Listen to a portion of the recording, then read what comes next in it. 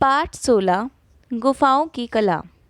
गुफाओं की कला, इस शीर्षक से ज़रा सोचिए, गुफाओं के बारे में या उनकी कला के बारे में किस बारे में बात की गई है।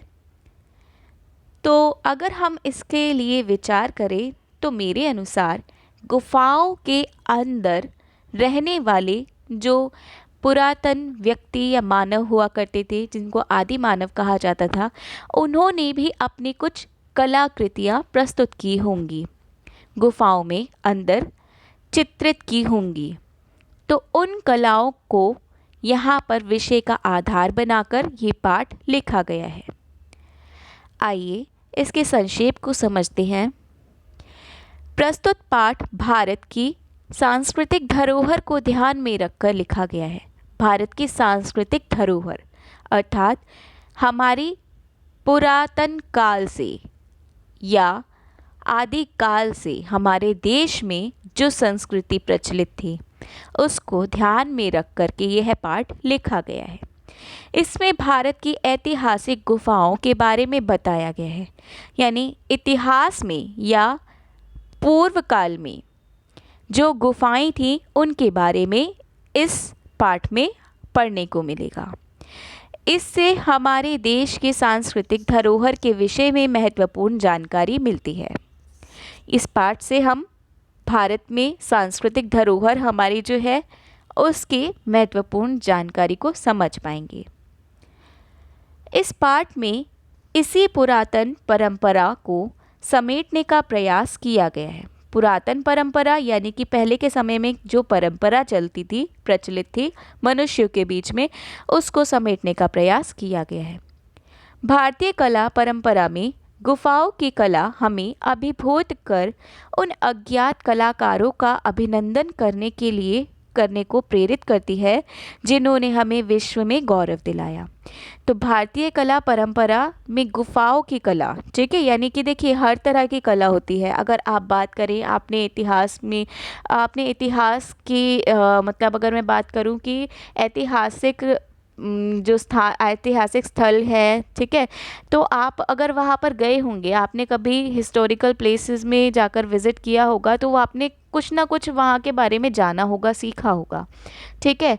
कि जैसे हम कहीं के भी बारे में जानते हैं, जैसे कुतुब मीनार की ही बात करते हैं, तो कुतुब मीनार किसने बनवाया था, उसके पत्थर का रंग क्या था, उसका आकार कैसा है, और वो कितनी से कितने सीमा में, उसका परिसर क्या है, कहाँ तक फैला हुआ है, उसको बनाने में कितना समय लगा, ये काफ़ी सारे जो प्रश्न होते हैं, ठीक है, काफ़ी सारे प्रश्न होते हैं, ये एक इमारत के होते हैं। लेकिन गुफाओं के बारे में आज तक लोग कम विचार कर पाते हैं। क्यों?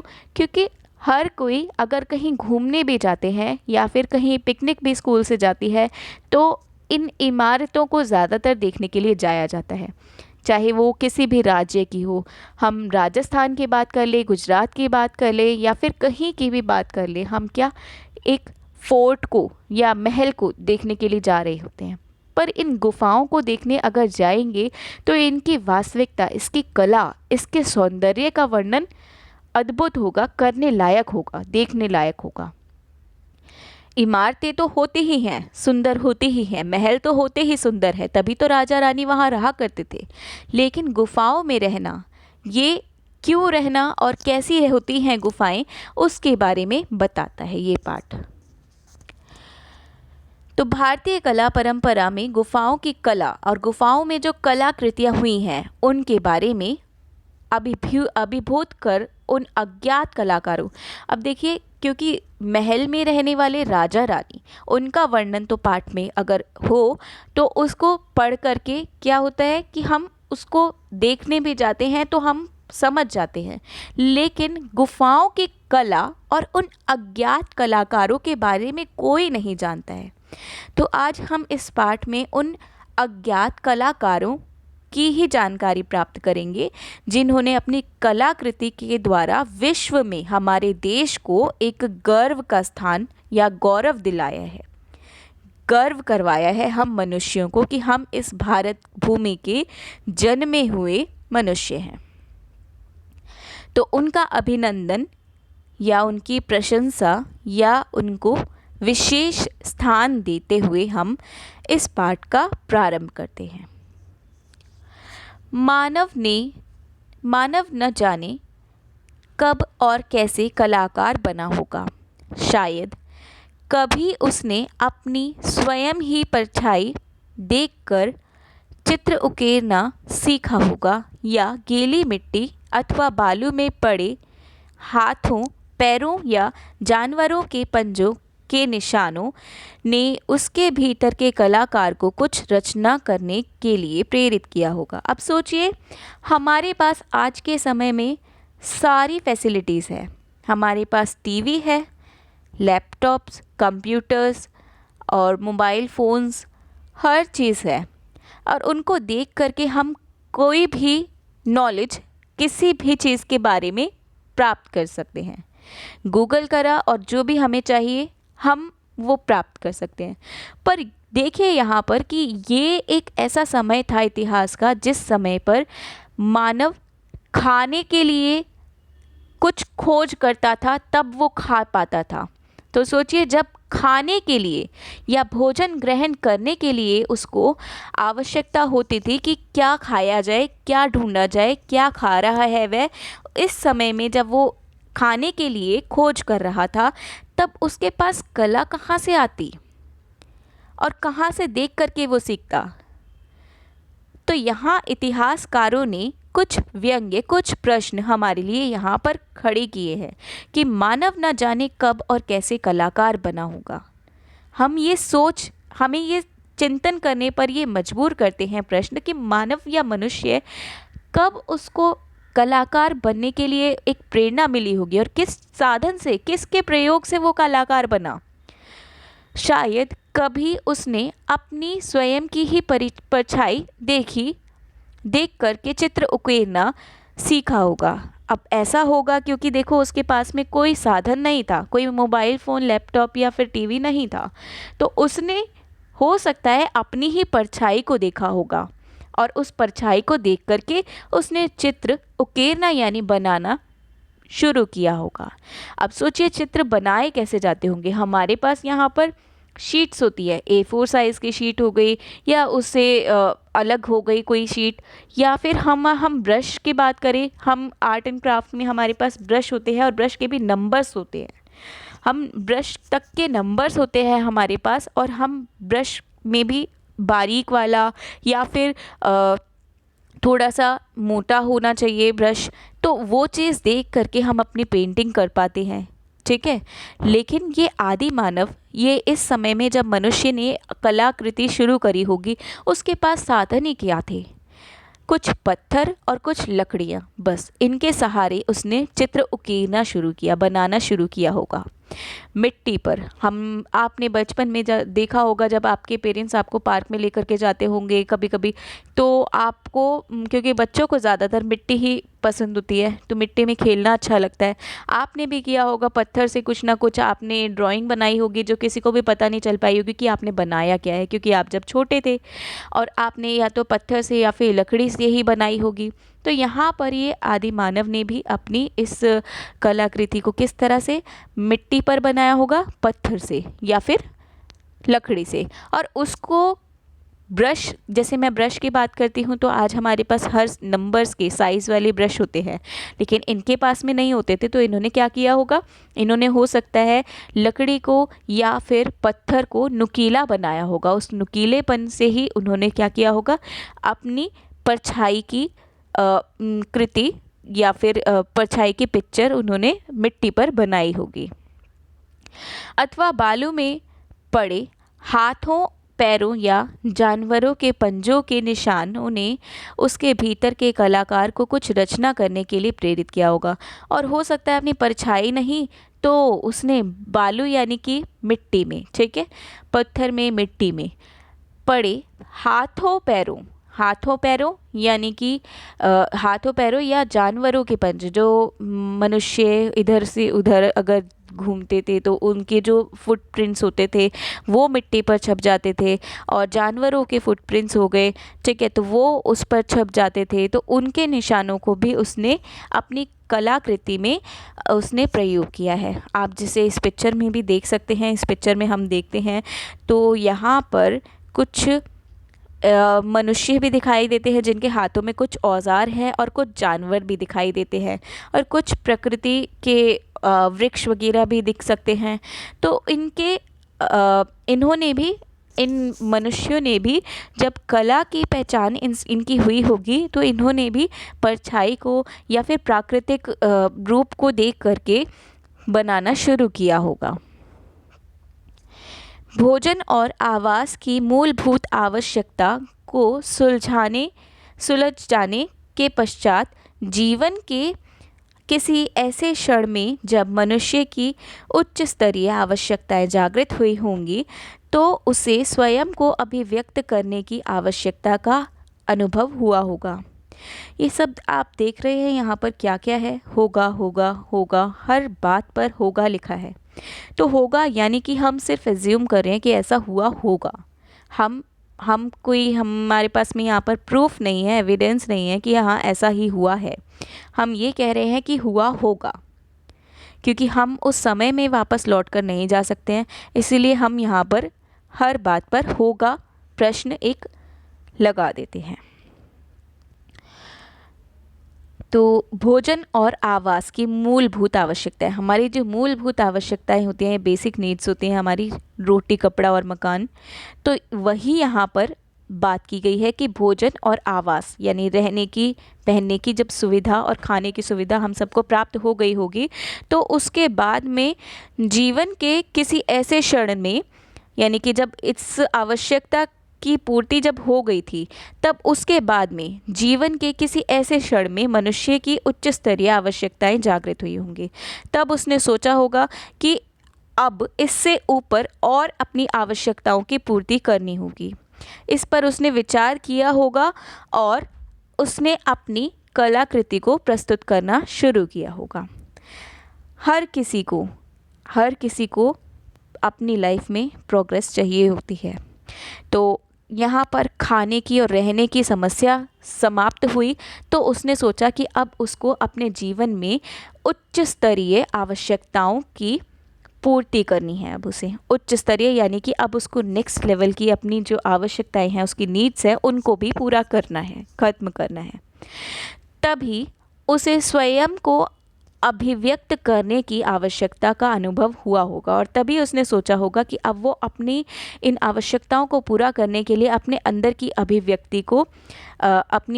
अभिव्यक्ति की आवश्यकताओं का अनुभव वो करने लगा कि उसकी अभिव्यक्ति क्या है, वो क्या अभिव्यक्त कर सकता है या सबके सामने प्रस्तुत कर सकता है। अभिव्यक्त करना यानी कि प्रस्तुत करना। तो अब वो स्वयं क्या सबके समक्ष क्या वो प्रस्तुत कर सकता है।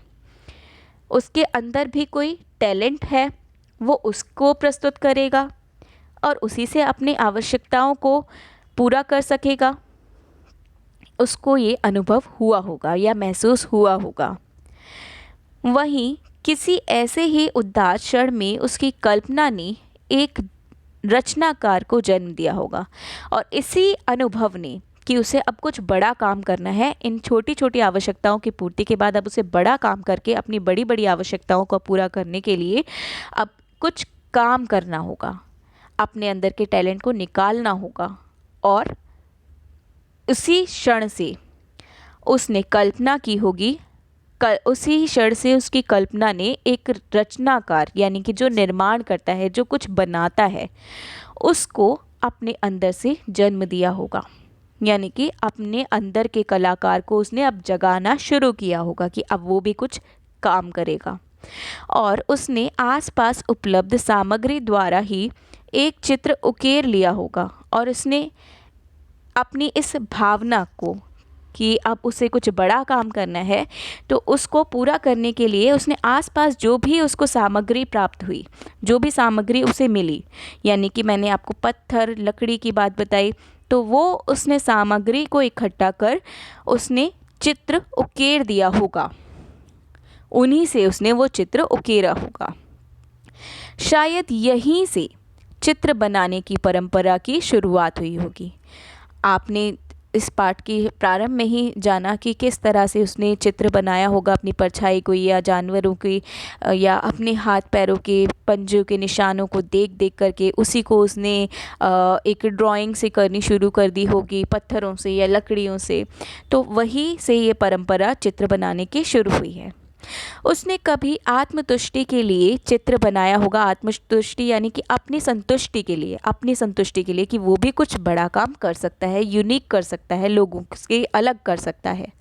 तो कभी उसने अपनी आत्मसंतुष्टि के लिए उसने ये चित्र बनाए होंगे, कभी संप्रेक्षण के लिए, संप्रेक्षण यानी कि लोगों को दिखाने के लिए, संप्रेक्षण करने के लिए कि देखो अपने देखो मेरे टैलेंट को, देखो मैंने कितने सुंदर सुंदर चित्र बनाए हैं, कभी लोगों को दिखाने के लिए, तो कभी अपनी सौंदर्यपरक वृत्तियों के कारण, कभी अपने सौंदर्यपरक वृत्तियों के कारण, अर्थात अपने अंदर की सुंदर सुंदर जो उसकी कलाकृति है उसको प्रस्तुत करने के लिए बनाए होंगे। शिकार की खोज में जंगल जंगल भटकता मानव जब प्राकृतिक गुफाओं शैलाश्रयों में रहने लगा होगा, तब उससे वह स्थान वर्षा, तूफान, गर्मी, सर्दी और अन्य प्राकृतिक आपदाओं से बचाने वाला अधिक सुरक्षित व सुविधाजनक प्रतीत हुआ होगा। शिकार की खोज में देखो, जैसे कि आपको बिल्कुल स्टार्टिंग में बताया था कि मनुष्य की सबसे पहली जो उसकी मूलभूत आवश्यकता थी भोजन, ठीक है, भोजन, कपड़ा और मकान। और इसी के लिए जैसे कि आपको पता है कि मनुष्य ने सबसे पहले खोज किसकी की थी? अपने भोजन के लिए, ठीक है, अपने भोजन के लिए। जब उसको भूख का अनुभव हुआ होगा तो उसने सबसे पहले अपना भोजन तलाशा होगा। तो शिकार की खोज में वह जंगल जंगल भटकता जब प्राकृतिक गुफाओं शैलाश्रयों में रहने लगा होगा, तो यानी कि मनुष्य जब शुरुआत में उसे भूख लगी होगी तो जंगल जंगल भटकता होगा और प्राकृतिक गुफाओं यानी कि जो प्रकृति के द्वारा गुफाएं अपने आप ही निर्मित हुई होंगी, यानी पहाड़ों के बीच में जब कभी आप हिल स्टेशन में जाते हैं तो आप क्या देखते होंगे कि कहीं कहीं पर पहाड़ जो होंगे, पहाड़ों के बीच में कुछ स्पेस होगा, तो वो कुछ गुफाएं, प्राकृतिक गुफाएं, नेचुरल गुफाएं, नेचुरल होती हैं जो अपने आप नेचर बनाता है, तो वो गुफाएं उसे मिली होंगी। शैलाश्रयों में रहने लगा होगा और उनमें वो रहने लगा होगा, शैलाश्रयों यानी पत्थरों की बनी हुई गुफाओं में वो रहने लगा होगा। तब उसे वह स्थान वर्षा, तूफान, गर्मी, सर्दी और अन्य प्राकृतिक आपदाओं से बचाने वाला अधिक सुरक्षित व सुविधाजनक प्रतीत हुआ होगा, और तब उसने अपने आप को उन गुफाओं में सुरक्षित पाया होगा। तब मानव के सौंदर्य बोध ने उसे एक नई दृष्टि दी होगी। तब उसके अंदर मौजूद उसके सौंदर्य बोध ने, उसके ज्ञान ने उसे एक नई दृष्टि दी होगी और उसने अपनी इन गुफाओं की शिलाओं को चित्र में सजा दिया होगा। और जब वो वहाँ पर अपने आप को सुरक्षित महसूस कर रहा होगा, और सोचिए जब वहाँ पर कोई आसपास कोई परेशानी ही नहीं थी, सुविधा उसके लिए सुविधापरक थी वह भूमि, क्योंकि वहाँ पर वो तूफान, गर्मी, सर्दी, प्राकृतिक आपदाओं से बचा हुआ था, तब उसने अपने आप को और अपनी अंदर की जो उसकी कृति थी उसको जगाने के लिए, अपने सौंदर्य बोध को जगाने के लिए एक पत्थर को ही उठा करके या फिर कोई लकड़ी को ही उठा करके उस पत्थर से बनी हुई गुफा में चित्र बनाना प्रारंभ किया होगा। उसने अपनी इन गुफाओं की शिलाओं को चित्रों से सजा दिया होगा। आप देख सकते हैं किस तरह से चित्रों से सजी हुई ये गुफा देखने को मिल रही है। यहीं से शुरू हुई होगी गुफाओं की शिला चित्र की परंपरा, और यहीं से इसी समय से शुरू हुई होगी गुफाओं के शिला चित्र की परंपरा कि किस तरह से शिलाओं पर चित्र उकेरे हुए होंगे। गुफाओं और चट्टानों में बनाए मनोहारी चित्रों के उदाहरण हमें मध्य प्रदेश के भीमबेटका और पंचमढ़ी में मिलते हैं। और गुफाओं और चट्टानों में बनाए हुए ये मनोहारी चित्र कहाँ कहाँ देखने को मिलते हैं? मध्य प्रदेश के भीमबेटका और पंचमढ़ी में मिलते हैं। अगर प्रश्न पूछा जाता है आपसे कि गुफाओं और चट्टानों में बने हुए मनोहारी चित्र कहाँ पे प्रस्तुत है, आप कहेंगे मध्य प्रदेश के भीमबेटका और पंचमढ़ी में, पंचमढ़ी में। भीमबेटका के शिला चित्र मुख्यतः लाल और सफ़ेद रंग के प्रयोग से बने हैं। लाल और सफ़ेद रंग के प्रयोग से ये बनाए गए हैं। अब देखिए ये लाल और सफ़ेद रंग इनके पास आया कहाँ से, क्योंकि रंग भी बाद में ही आए हैं।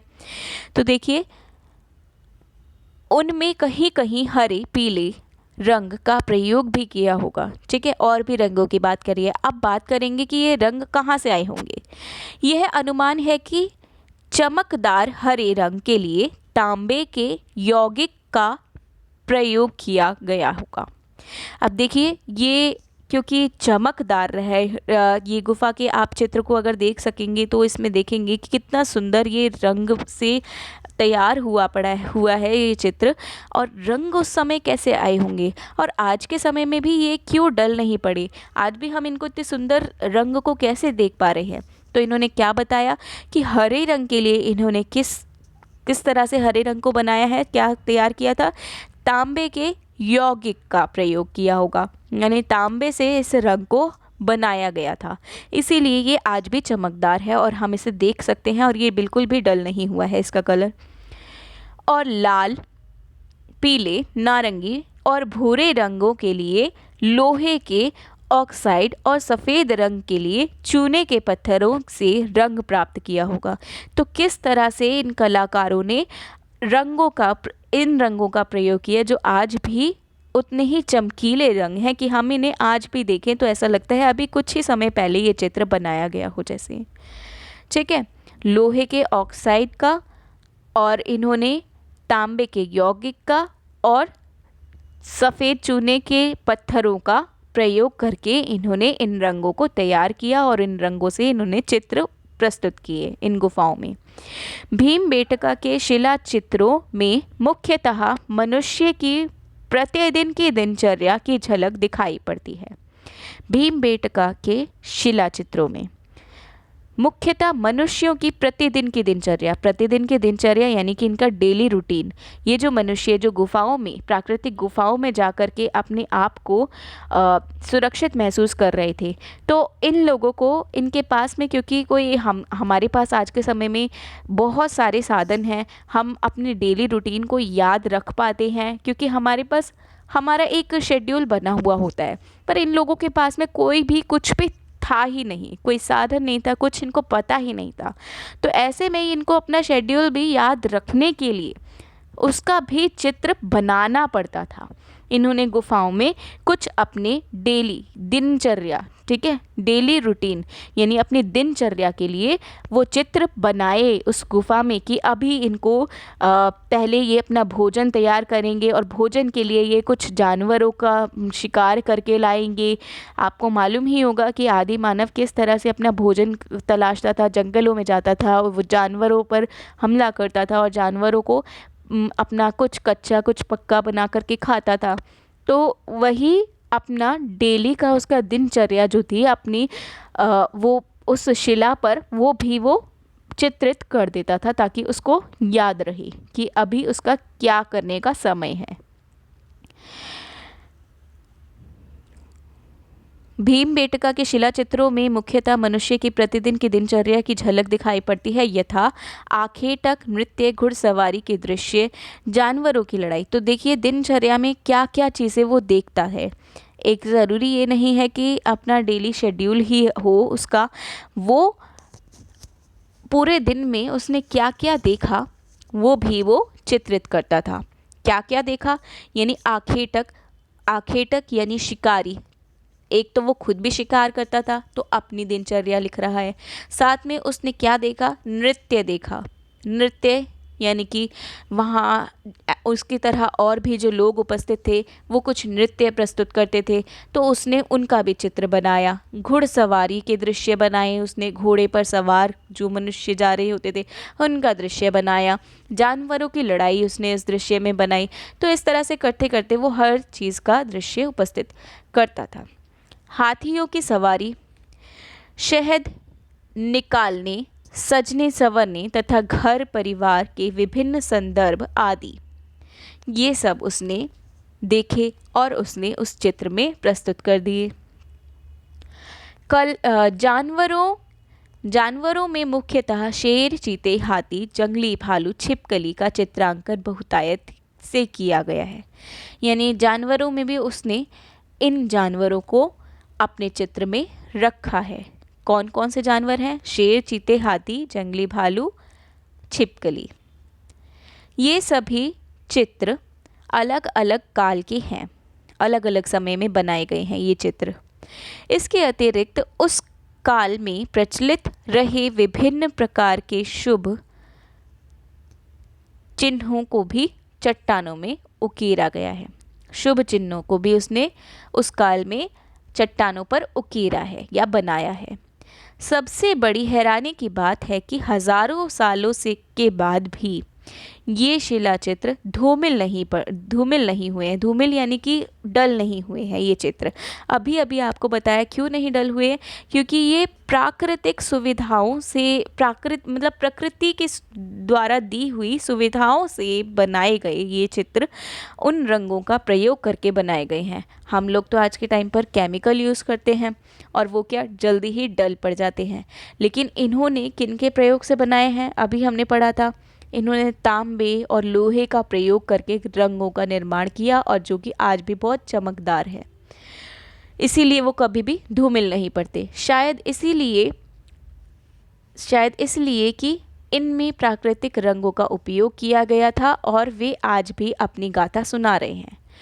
ये समय के उस इतिहास का गौरव प्रदर्शित कर रहे हैं जब अभावों और संघर्षों के बीच कला प्रस्फुटित हुई, और यही कारण है कि भीमबेटका के शिलाचित्रों को विश्व सांस्कृतिक धरोहर होने का गौरव प्राप्त है। तो इसीलिए क्योंकि ये प्राकृतिक रंगों से बनाए गए चित्र थे, इसीलिए ये आज भी अपनी गाथा सुना रहे हैं और ये समय के उस इतिहास का गौरव यानी गर्व प्रदर्शित करते हैं। उनका वो गर्व, अभिमान, उनका प्राउड प्रदर्शित करते हैं, दिखाते हैं कि जब अभावों यानी कि जब कुछ था ही नहीं, कोई साधन थे ही नहीं, कोई ब्रश नहीं, कुछ भी नहीं था, तो उनके संघर्ष बहुत बड़े थे। हमारे पास आज संघर्ष नहीं है क्योंकि हमारे पास साधन उपलब्ध है। हमारे पास देखने के लिए टीवी है, लैपटॉप है, मोबाइल फ़ोन है, उसमें हम चित्र को देख सकते हैं और उसकी आकृति का अनुकरण या फिर हम उसको कॉपी कर सकते हैं। प्रिंट आउट निकाल करके आजकल बच्चे बनाते हैं। तो काफ़ी सारी ऐसे हमारे पास साधन हैं, उपलब्ध हैं, लेकिन इनके पास तो कुछ था ही नहीं, तो इनका संघर्ष, इनका स्ट्रगल बहुत ज़्यादा था क्योंकि इनको वो चित्र कैसे कैसे इन्होंने बनाया, उसके लिए इनका संघर्ष हमसे कहीं गुना ज़्यादा था।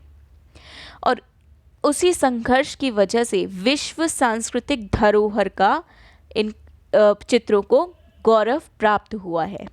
ये भीमबेटका में जो शिला चित्र बने हैं उन चित्रों की वजह से विश्व में, पूरे विश्व में, संसार में सांस्कृतिक धरोहर के गौरव इसको प्राप्त हुआ है, भीमबेटका के शिला चित्रों को।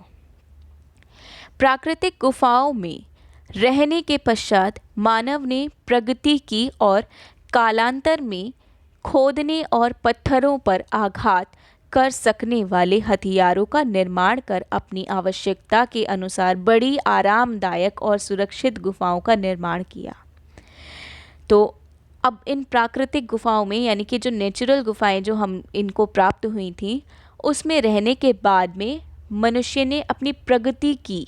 मनुष्य ने अब प्रगति कैसे की? वही बात है कि उसने प्रगति ऐसे की थी कि जब उसने गुफा में रह करके अपने पूरे दिन की दिनचर्या कि उसने क्या देखा और उसका क्या शेड्यूल है, अब वो क्या करेगा, उसने सब कुछ वो जब चित्रित कर दिया तो उस समय में उसने उससे प्रगति की थी, अपनी कला को बढ़ाया था।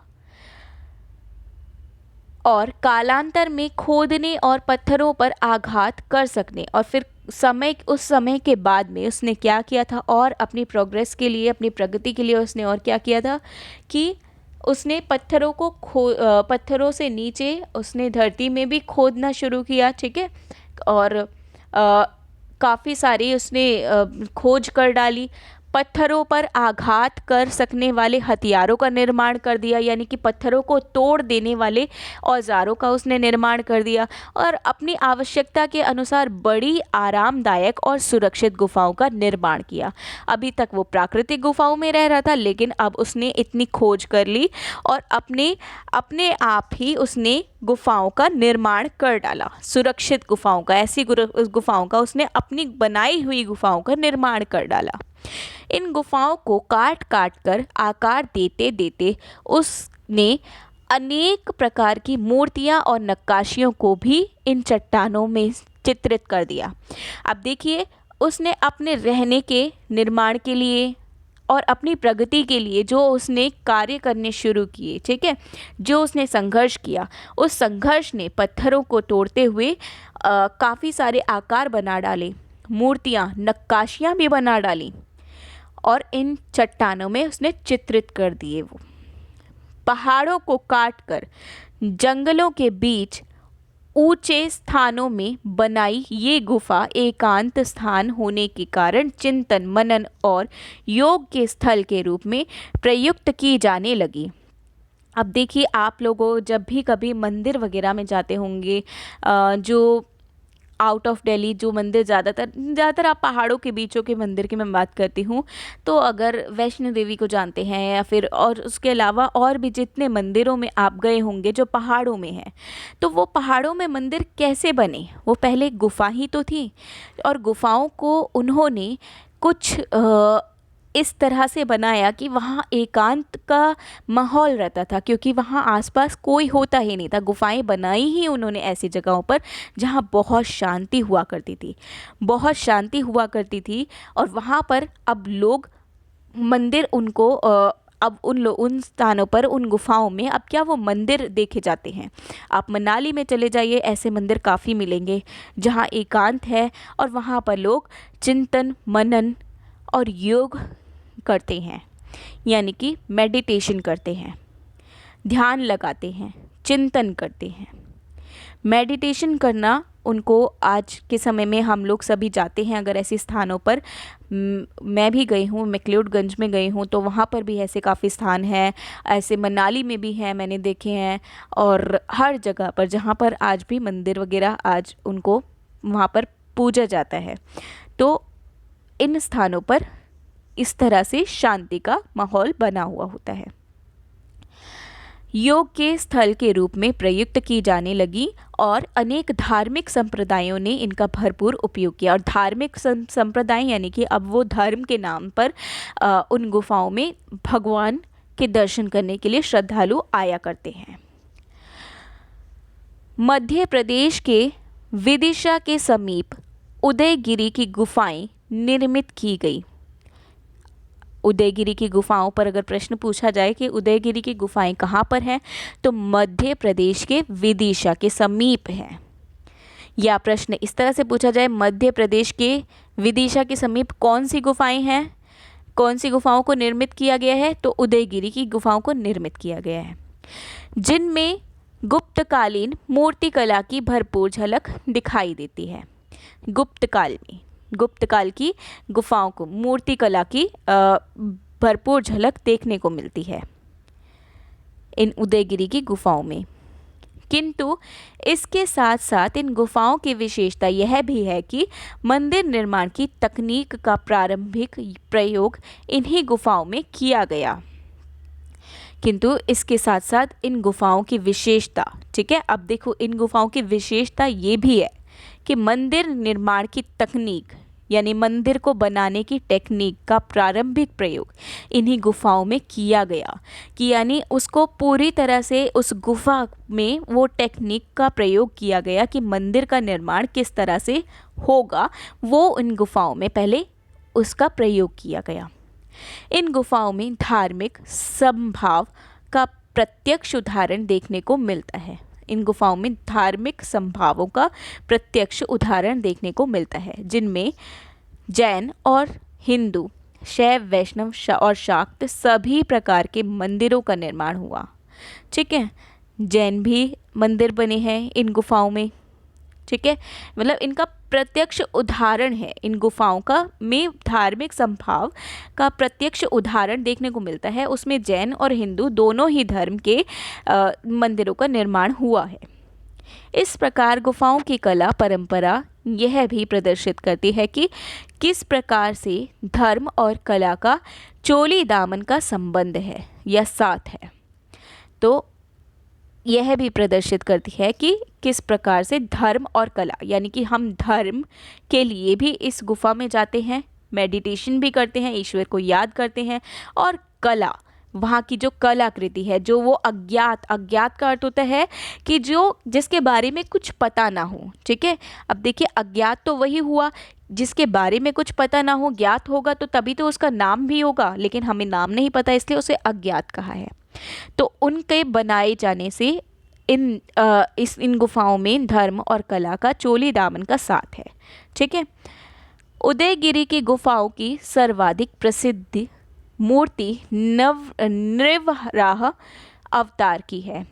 तो उदयगिरी की जो गुफा है उसमें सर्वाधिक प्रसिद्ध मूर्ति नृवराह की है, नरवराह अवतार की है। अगर प्रश्न पूछा जाएगा आपसे उदयगिरी की गुफाओं में सर्वाधिक प्रसिद्ध मूर्ति किसकी है, तो आप क्या बताएंगे? आप बताएंगे नरवराह अवतार की है। या फिर आपसे पूछा जाएगा नरवराह अवतार की मूर्ति कहाँ पर है, तो आप क्या बताएंगे? उदयगिरी की गुफा में है। यह विश्व विख्यात प्रतिमा है जिसमें प्रतिमा का शरीर मानव का है किंतु उसका मुख वाराह का है। ठीक है, ये जो प्रतिमा है उसका शरीर कैसा है? मानव का है, पर उसका मुख कैसा है? वाराह का है। ठीक है, वाराह का मुंह है। अब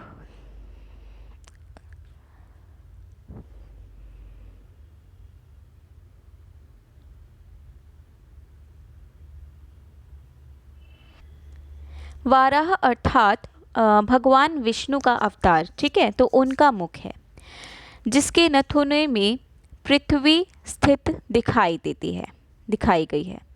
यानी नथुने यानी नोज के जो होल्स होते हैं उनके लिए बात की गई है। ठीक है, तो उससे क्या? पृथ्वी स्थित दिखाई देती है।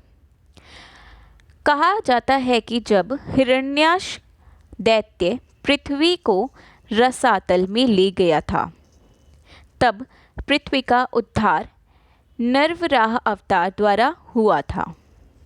इस प्रतिमा की पृष्ठभूमि में ब्रह्मा, विष्णु, महेश, गंगा, यमुना, ऋषि, मुनि, नवग्रह आदि अंकित हैं, जो नरवराह के अलौकिक कृत्य पर अपना हर्ष व्यक्त करते हुए दैवीय आशीर्वाद दे रहे हैं।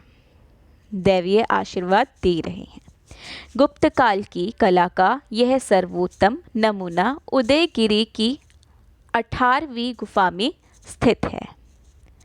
ठीक है, 18वीं गुफा में ये कला का ये सर्वोत्तम नमूना देखने को मिलता है। बाकी का चैप्टर आपको नेक्स्ट पार्ट में मिलेगा। धन्यवाद।